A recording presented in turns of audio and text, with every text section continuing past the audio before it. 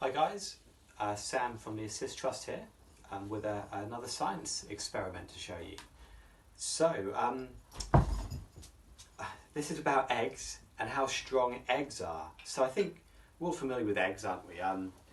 They seem rather fragile. If I was to squeeze this now, it would just explode in my hand. If I was to drop it from a standing height, it would probably crack on the floor. So they seem really weak and fragile, but I just want to see how much weight I can actually put on an egg before it breaks.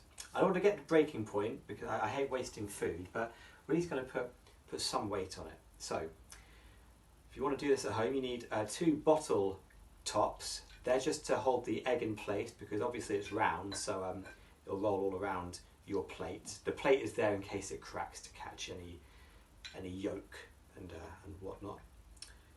And then you need another bottle cap on top as well to give you a bit of a flat surface so you can balance objects on it. Okay, so you've set your egg up like this, and now we're going to play a game called How Many Dickens? So I've got some books by Charles Dickens here. I picked them because they're quite hefty books, and we're just going to start placing these books on top to see how many we can get on. So we'll start with Barnaby Rudge. Just to make sure that it kind of balances on there. Okay, so that's one Dickens. David Copperfield now.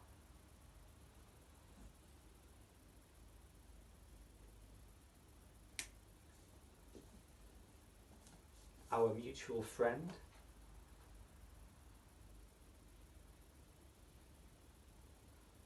Okay, so that's 3, fairly hefty books on that egg, and the egg is not cracking. It's taking the strain.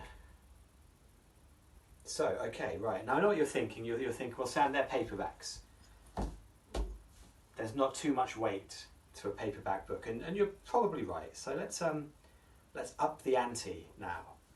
So I've got 2 more eggs and bottle tops. I'm going to place on here. Right,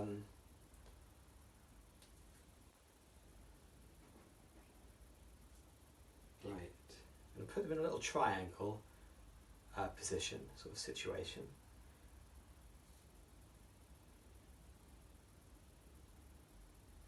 Okay, there we go. Can you see that?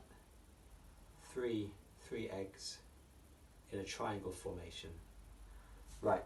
So let's put our Dickens back on, and we know that if one egg can take all the Dickens, then all 3 eggs can take all 3 Dickens. That's fine.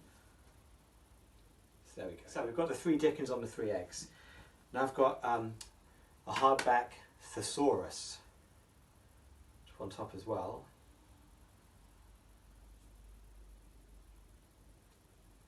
Let's try one more. This is my compact Oxford English Dictionary.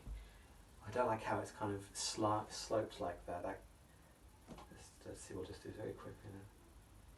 But there you go, 3 eggs, taking a dictionary, a thesaurus, and 3 books by Charles Dickens. Right, let's quickly get that off. And there's a bit of weight there, to be honest. Yeah. So eggs, how do they do it?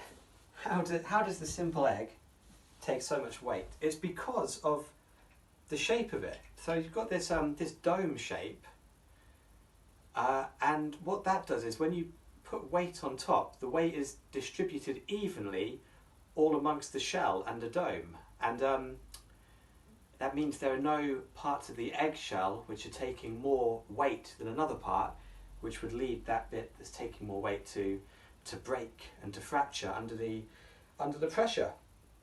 And it's the same principle. I don't know if you know the St Paul's Cathedral in London with the big dome, and how that stays up, and it's the same sort of principle. So all of the weight of that dome is being distributed evenly around it.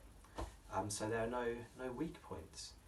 I remember being told at school that if you get an egg and you squeeze as hard as you can between along the long bit, that it won't actually break. But if you squeeze it this way along the middle bit, it will. I've never tried it, always been too scared to. But yeah. So there you go. Just a really quick little demonstration showing you how surprisingly strong eggshells are. So there are some ways you can expand upon this. There are videos online of people walking across, say, a dozen eggs. They'll set them up with a platform they can walk on, and then they walk across the eggs and none of them break. Maybe one day that's something we can try when we're back at Assist. Yeah, might be quite fun to do. Anyway, there you go. I hope you enjoyed it. I'm now going to go off and make some